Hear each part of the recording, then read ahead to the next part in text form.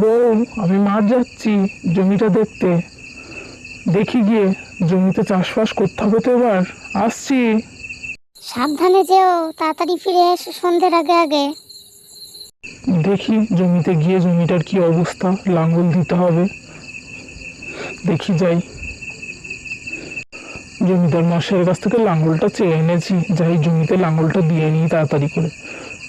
ঝটপট লাঙলতে, এই হুস, চল চল চল চল, হুর হুর, চল চল চল চল, হুস, হুর হুর, চল চল চল চল চল।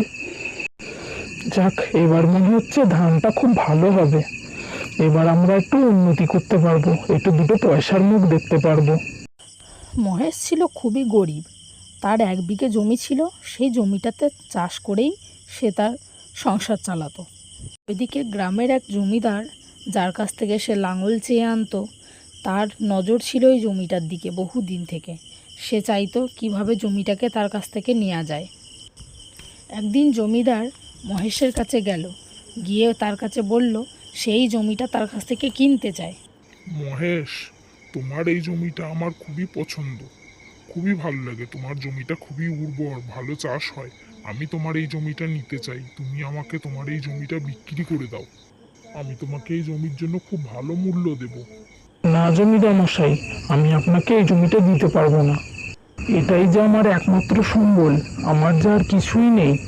আমি কিভাবে তাহলে সংসার চালাবো আমি যদি আপনাকে জমিটা বিক্রি করে দিই? দেখো মহেশ, ভেবে দেখো, আমি তোমাকে এর জন্য অনেক টাকা দেব, তুমি সারা জীবন সুখে থাকতে পারবে। না জমিদার মশাই, থাক, আমি এতেই অনেক সুখে আছি। এরপর থেকে জমিদার মশাই নানাভাবে মহেশকে জব্দ করার চেষ্টা করেছে, কিন্তু পারেনি। মহেশ কঠোর পরিশ্রম করে নিজের জমিতে খুব ভালো ফসল ফলায় এবং খুব লাভ করে। তারপর থেকে মহেশের জীবন পাল্টে যায়। তারপর মহেশ আর তার স্ত্রী সুখে শান্তিতে সংসার করতে থাকে।